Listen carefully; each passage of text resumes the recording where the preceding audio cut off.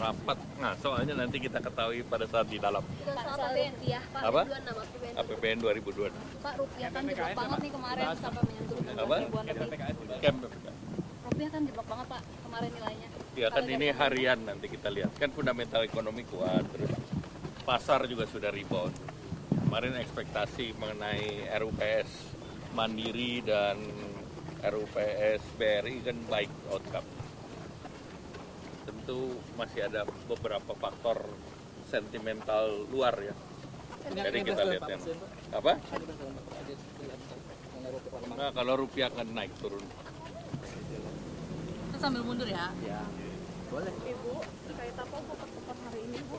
APBN 2022. Iya, nanti untuk mulai disusun ya. Jadi nanti lapor ke Bapak Presiden dulu. Oke ya? Nanti aja ya.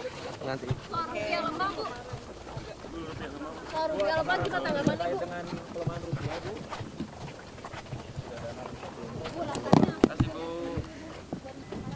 Pak, sebentar Pak. Sebentar Pak. Nanti aja kan belum mulai. Soal APBN 2022. Belum tahu saya. Undangannya Nanti aja. Undangannya kapan?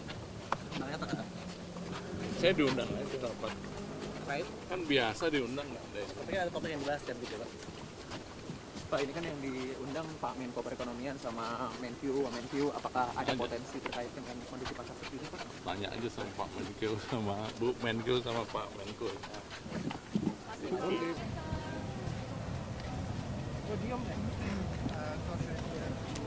Go to my next meeting. We had a very productive discussion with President Prabowo, preparing for the upcoming visit of President Macron. There will be the opportunity to celebrate the 75th anniversary of the relationship between Indonesia and France, to open a new chapter of our relationship, aiming at reinforcing our mutual sovereignties and joining our forces to solve some of the important issues of this century, regional crisis as well as global issues. So it was the opportunity also for me to thank President Prabowo for the active preparation of this visit on the Indonesian side, and we'll be working hard for this visit to be a great success and to be an important landmark for this very important relationship between our two countries. Thank you very much. Thank you. Cuma gitu doang nih. Kirain masuk ke dalam. Iya. Bu Ani. Pila ke podium Bu. Izin Bu. Ya, kasih jalan ya. Persiapan APBN 2026. Ya. Terima kasih ya. Penerimaan dukungan harga rupiah. Sambil jalan ya Mbak? Semuanya pasti ada. Bisa dorong Mas.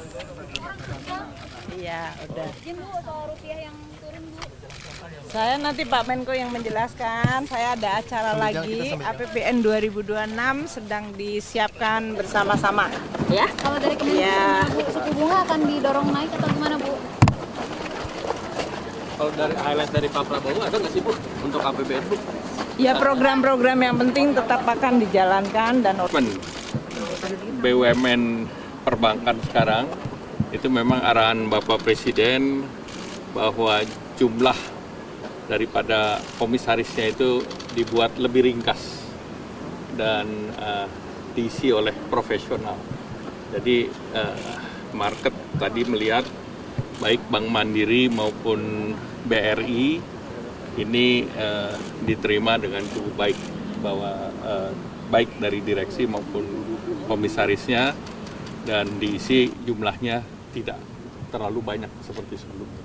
Komposisinya berapa Pak? Sudah dibahas belum Pak? Kira-kira berapa? Nah, itu sesuai kebutuhan, tetapi dibandingkan yang sebelumnya kan lebih gemuk, sekarang lebih ringkas. Pak, di jajaran komisarisnya kan sekarang sudah ada orang-orang BI, Pak. Apakah itu merupakan arahan dari Pak Presiden? Ya, itu arahannya kan harus diisi orang-orang profesional. Jadi kalau misalnya ada yang mewakili kementerian, ada yang mewakili dari keuangan, ada yang mewakili juga misalnya kalau untuk BRI unsur Kementerian Teknis UMKM-nya pun sudah ada.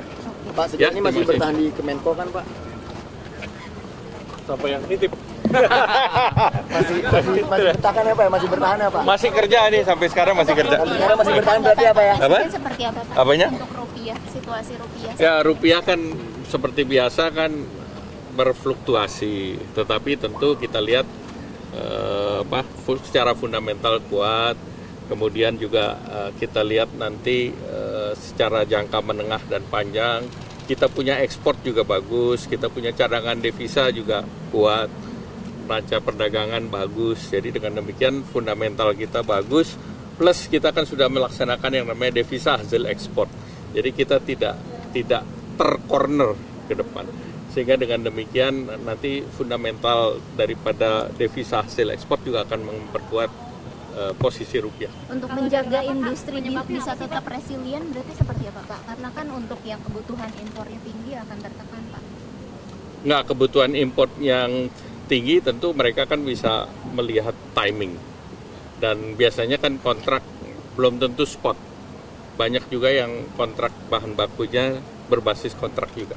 Ya, terima kasih. New Development Bank Pak sendiri gimana Pak? New Development Bank kenapa? Itu tahapan selanjutnya apa? Nggak, New Development Bank kan itu bagian dari perbankan di bawah BRICS. Dan Indonesia sebagai anggota BRICS itu punya jatah untuk ikut dalam New Development Bank. Dan kemarin Bapak Presiden sudah putuskan kita akan masuk di sana. Dan ada formulanya.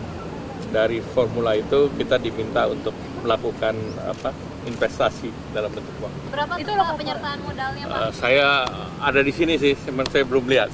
Boleh dilihat Pak? Pokoknya bayarnya bisa dalam 7 tahun. Apa PN 2026 belum dong, itu harus dibahasnya di DPR. Silakan bahas di DPR.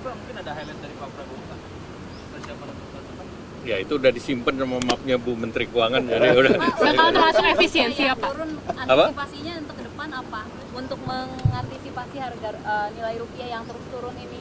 Ya tentu kita harus ekspor harus tetap jalan, kemudian deregulasi arahan Pak Presiden supaya perizinan dan yang lain dipermudah sehingga import ekspornya lebih lancar. Terima kasih.